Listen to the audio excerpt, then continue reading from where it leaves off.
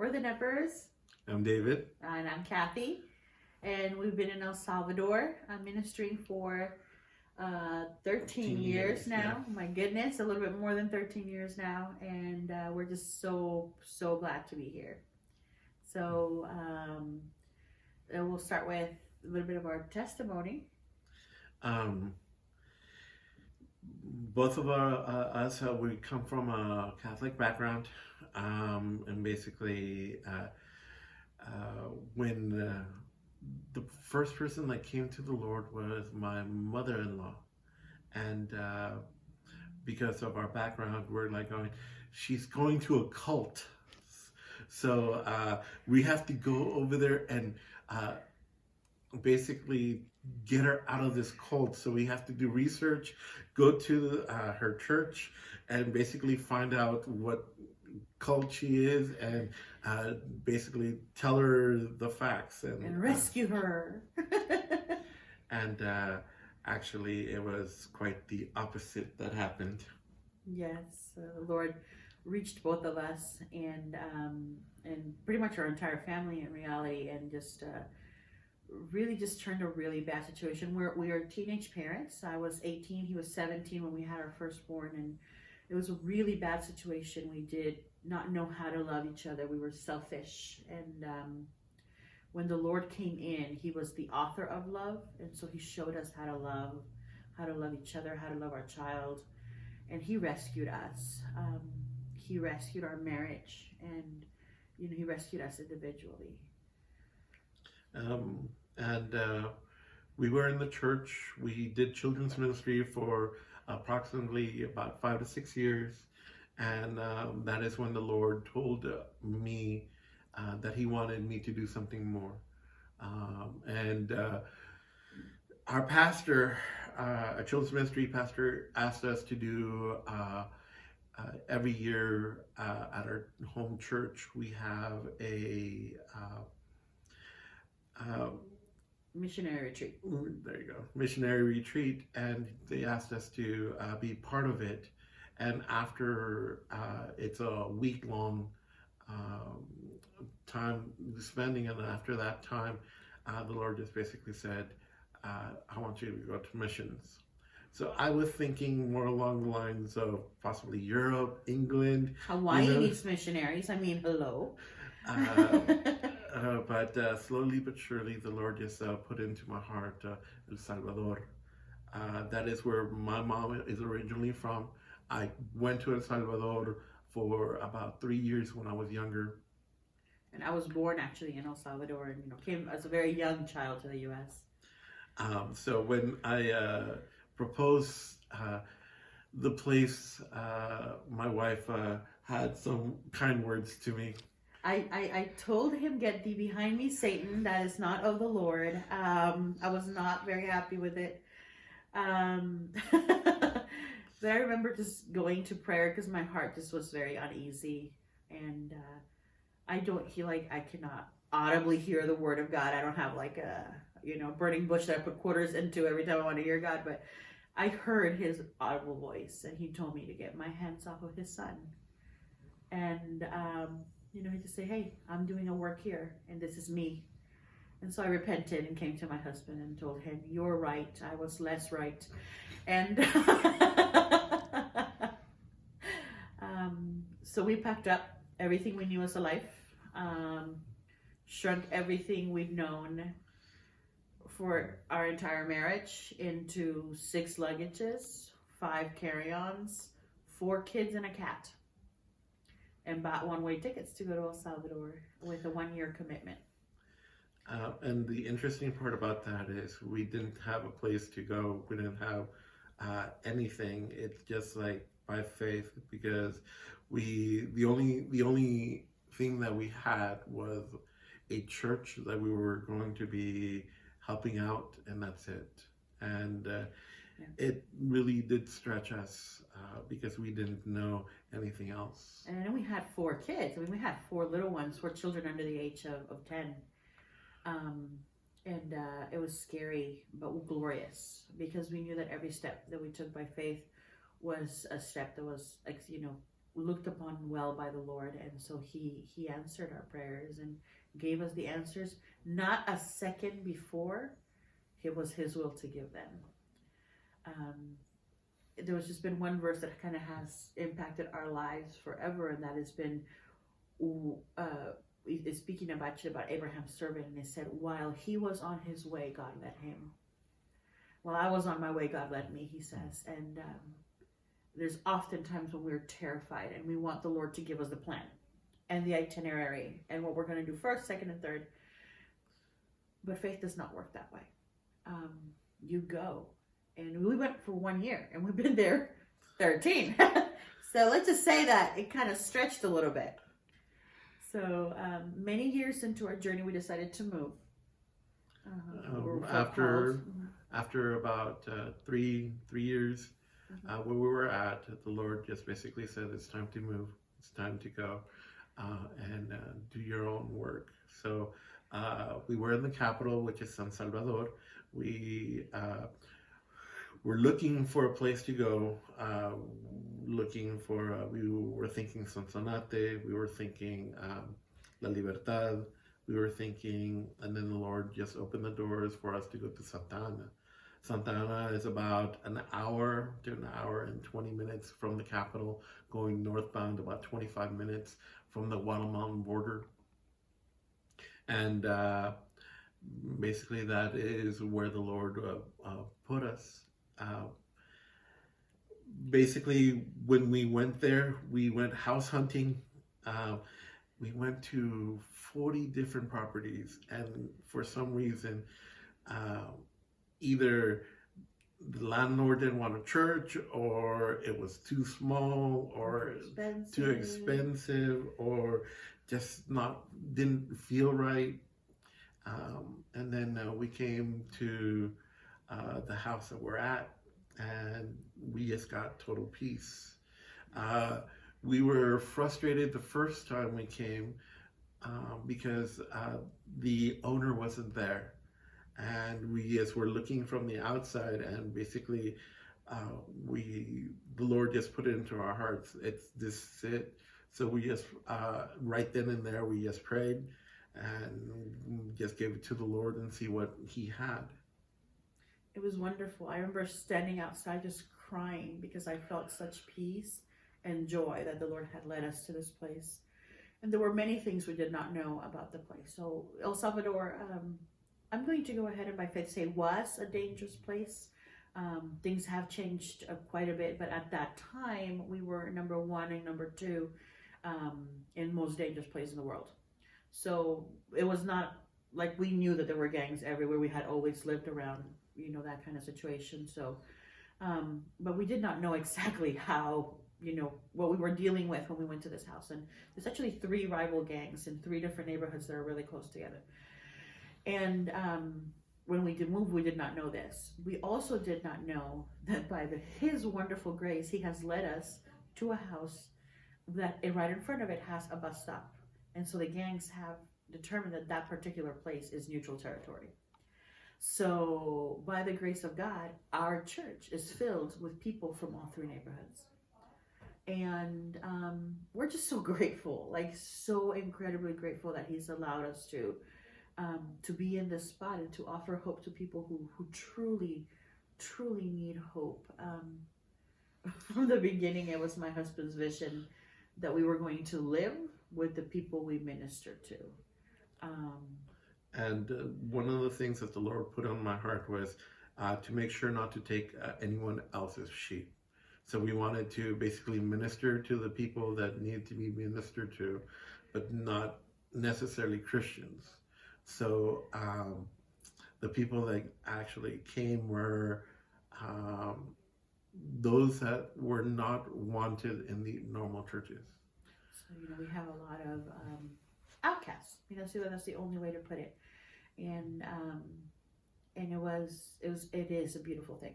It is so beautiful to be able to look upon someone that it's a black sheep. People have rejected, and to be able to minister to them and to be able to bring them to the chief shepherd. It's a beautiful opportunity, and it hasn't been easy. There has been a lot of challenges, a lot of dangers, a lot of toils, a lot of snares, like the song says.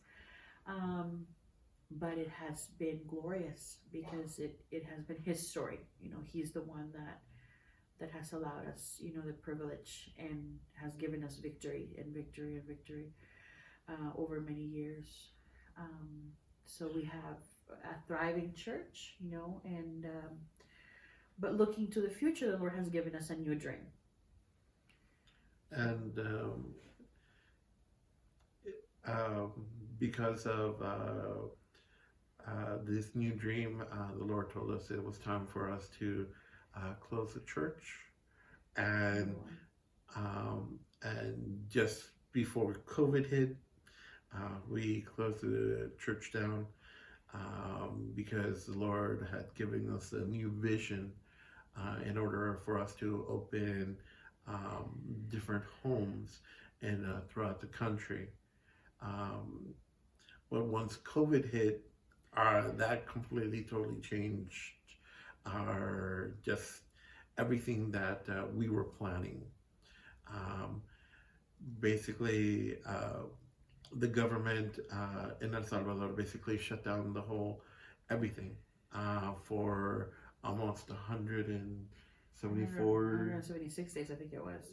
Yeah, 176 days, and basically people were starving. People, because they weren't able to work, they weren't able to do their jobs, and basically they had no food. So we were able to provide food baskets for several neighborhoods. We were able to provide food baskets for our church people, and basically give them hope.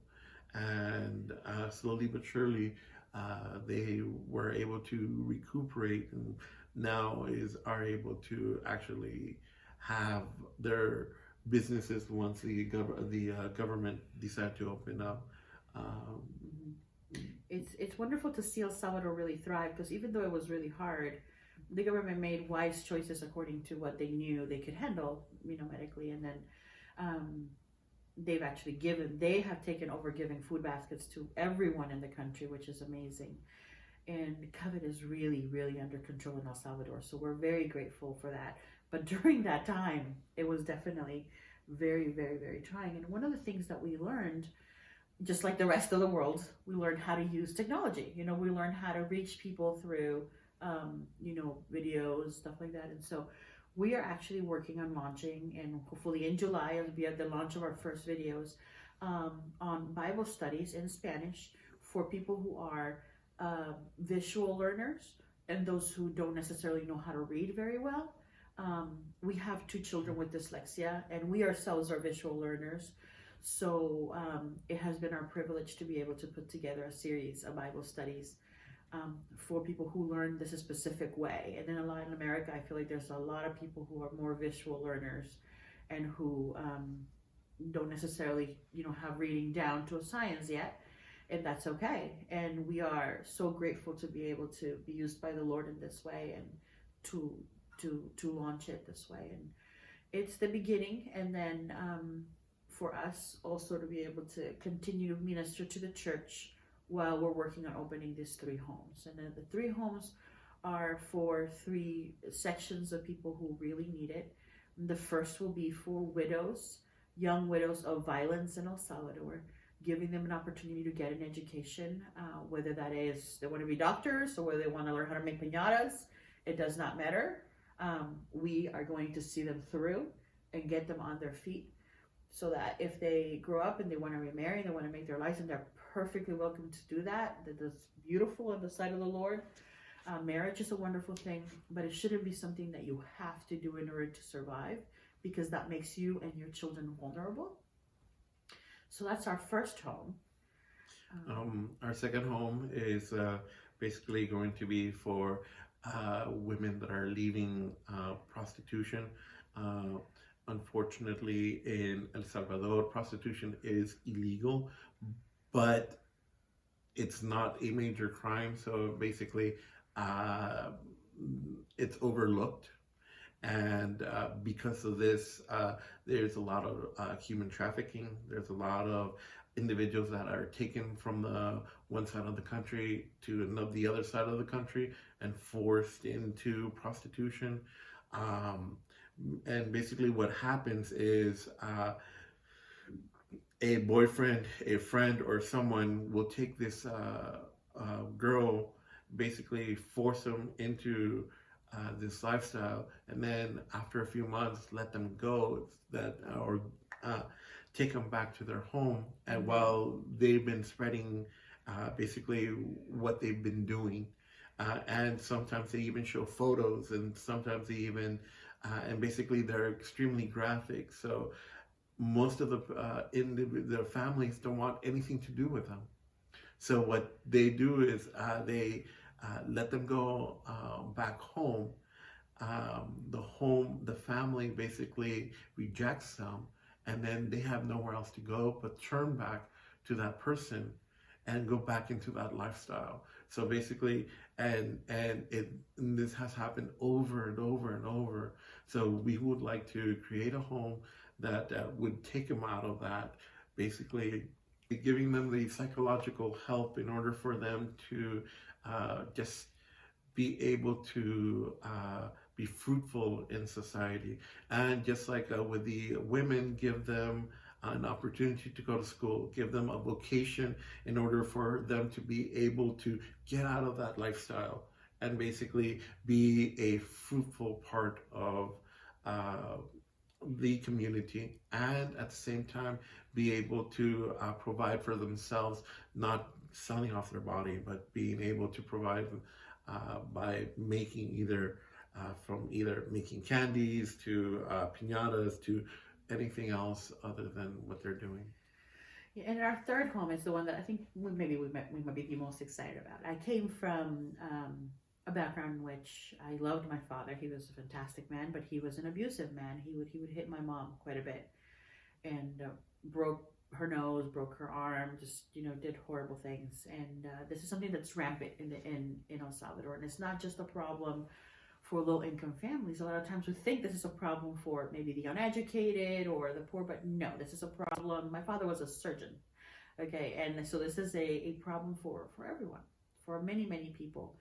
And so our goal is to be able to provide a safe home, a safe haven for women and their children who are living in abusive situations, and to provide a hotline and a way of escape for them, especially for those who are maybe in high-end families, because there's a certain shame that comes with it. And so that's our goal. And this is a little bit different. Our goal is maybe to provide not maybe so much as education, although if that's needed, that's something we're willing to do, but mostly, safe haven and passage to somewhere else where they can go and rebuild and make their lives. And of course, everything is centered in Christ, centered in Jesus, and there will be someone there doing Bible studies and being there for spiritual support. With the last home, that is more difficult in El Salvador because most of the laws are created in order for the man to be the head of the house and be in power over women. So it's going to be more difficult because there is several laws that are in effect that will be required in order for us to try to maneuver over them and basically have lawyers, have basically a really knowledgeable of the laws in order for us to be able to combat this. So please, that's going to be one of the things that it's going to be difficult. So please keep us in prayer because of that, because we will need those individuals to come alongside of us. We're not lawyers, we're not psychiatrists, we just have this vision, and it's something that we have been seeking the Lord, and the Lord has been opening doors, and hopefully we would be able to do this within the next year or so. But planning out with the budgets and everything like that, it is a huge undertaking an amount that we'll take in order just to start one home. So yeah, that's our hope and our prayer is that the Lord will allow us to have the wisdom that we need in order to and to bring alongside of us the people that we need. So that's the prayer, and we thank you so much for having given us the opportunity to share with you guys, and we love you and thank you so much for listening. God bless you.